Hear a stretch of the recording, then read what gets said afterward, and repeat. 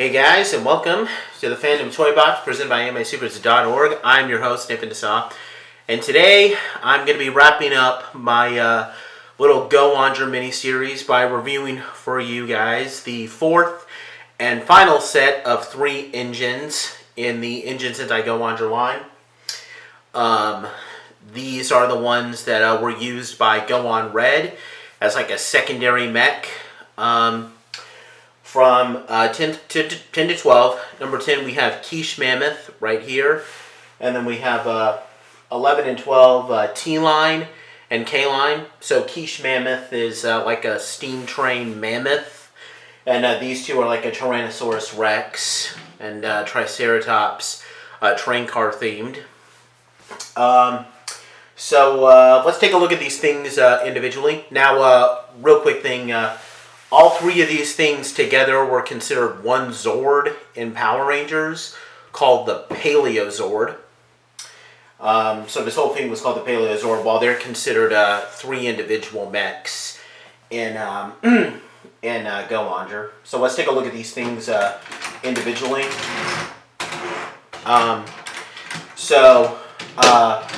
K-Line and T-Line are both pretty much the exact same thing, you know. They're train cars with, hold on, let me adjust the focus a little bit here. There we go. They have pretty much the same artwork. The only difference is that, you know, you get like some Tyrannosaurus Rex head work here and, you know, different features for the head over here as well. They both, if I had their engine souls, would come in here. And there's buttons on the top of them that you would get the sound effects. Unfortunately, they do not come. At least when I got this used, they did not have the engine souls. They both have deployable couplers right here and here that you can fold up and down. We're just going to put these away. The couplers are, of course, used to connect these to each other in Quiche Mammoth. They're both kind of the most boring engines because, you know, they're not bad looking. Just, you know, you can move the Triceratops horns like this, which is pretty cool. But even in the show, they couldn't really do much. They would just, you know, bite enemies like that. So, yeah, they're not really all that. They're not really the best. But let's take a look at the main one here, Quiche Mammoth. This is very different from the American version. It was a lot smaller in America. It was colored more pink, while here it looks exactly how it does in the show. You know, more maroon color. Probably the big thing, though, about Quiche Mammoth that's different from it in its American counterpart is that in this version you can actually move and extend the trunk. You know, you can move the trunk right here, and that's something that I really like about this. Like, you have the trunk out here. It looks like it's extended, and then when you fold it back up, they have this part jutting out because when you fold it down, it just you know, it's hardly noticeable. But you know, when you fold it up, it looks like it's just in a standby mode. That's pretty cool. I like Quiche Mammoth in general because, you know, a mammoth steam train, and this is like a smokestack. That's incredibly clever. We have a deployable coupler right here as well to connect it to Key and K-Line. I really like the treads that we have here when you move it. Kind of looks like some of my old Thomas the Tank Engine toys, I'm not going to lie. Really like that. To get its engine soul, it's going to be right here. Fold that up. Here we have the engine soul for Quiche Mammoth. We're going to put it back now.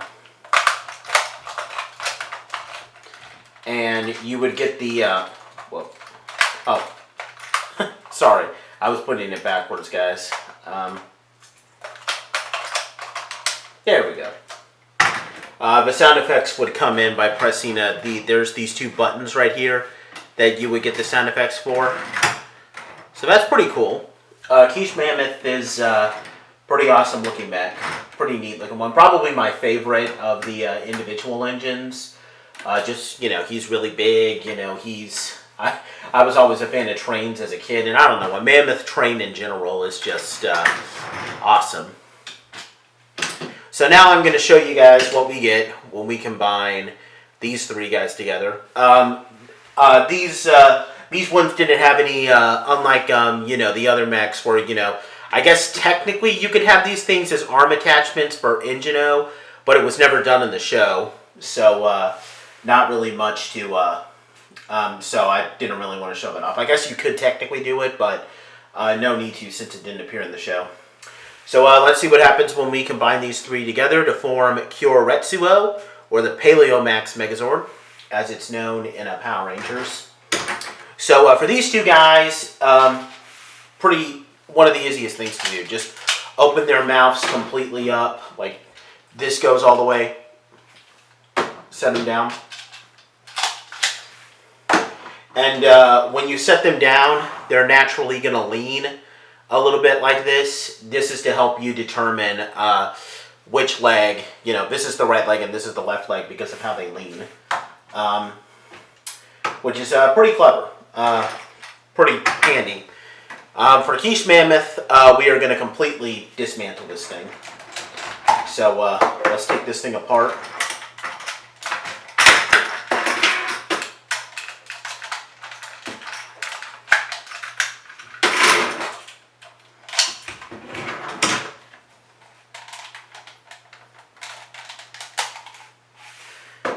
Now we are going to assemble these things together. We're going to take this little thing and it's going to fold, this upper part is going to fold all the way down, and it takes a little bit of doing, but it'll lock into place just like that. And then there's little holes right here that will go in, that these things will peg into. So we got that. Now we are going to put the main body together. So these were originally, hold on. These parts were originally attached like this. Well, now we are going to take this part and we're going to fold this little horn thing out. It will go in like that. With this thing to the back, we're going to put it on like this. Then we're going to take Quiche Mammoth's head and lock him on, attach him to the front. And then we are going to, this little, body section, there's pegs right here and right here that will correctly fit in with the pegs up here to keep these two, this bit and this bit, firmly connected. So we're going to do that real quick. There we go. All right, let's rotate up a little bit. Finally, the little wheel section that we have here. We're going to fold this little number section down and then fold this up. And we got one arm right here. And then we'll pretty much do the same thing for this unit.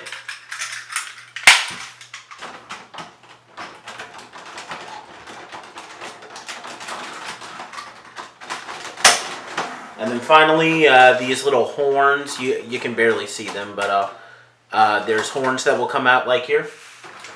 And here, ladies and gentlemen, we have, hold on, let me pan back just a little bit, and then we have a Kyoretsu-Oh, or the Paleo Max Megazord, as it is known in Power Rangers RPM. Sorry, had a little bit of trouble adjusting the focus there. He's pretty awesome. I think he's really cool. I do have to question what is the point of having these kanji symbols right here when it's the kanji for king, although it does technically mean O in Japanese, so I guess Kyoretsu-Oh right here. So I guess that kind of makes sense. He's pretty cool looking.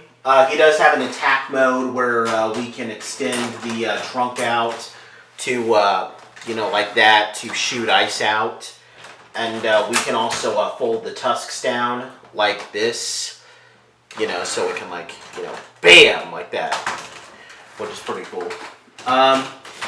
He's probably my favorite individual mech just because of how unique he looks. You know, I could probably post this guy by himself. You can barely see his head right here. Hold on. Let me just give you a better view of that. Let me adjust this. Yeah, there we go. Sorry. Yeah. It kind of resembles a little bit of the original Megazord head. I'm not sure if that's what they were trying to do, but it does kind of remind me of it with the horns that are, you know, constantly coming out. He is a very wide-looking robot, as you can see here from this little side view. Yeah, he's very clearly in need of probably going on some weight loss program. Sorry, buddy. I love you. I like Kyoretsu-Oh. He's a really cool-looking guy, even if he is a little bit bigger. Yeah, Kyoretsu-Oh is awesome. Let's do a little bit of a size comparison with him and the other Go-Onger mechs. We have Seikyo right here. Hold on. I'm going to try to get these guys all in the same shot. Seikyo. A little bit taller than Seikyo, but about the, but you know, not too bigger. We have Gumburo. He's a little bit taller than Gumburo. Not too much though. And then Ingeno. He's roughly, yeah. So he's clearly the biggest of these mechs. Just a little bit taller, but you know, not absurdly taller like.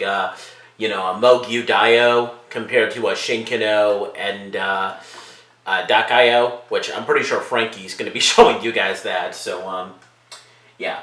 But I'm going to wrap this up. I'll cut to another segment of this video real quick where I'm going to show you guys the final combination of Go-Onger, where we combine all four of these bad boys together to form the G12 formation. And we are going to start that segment right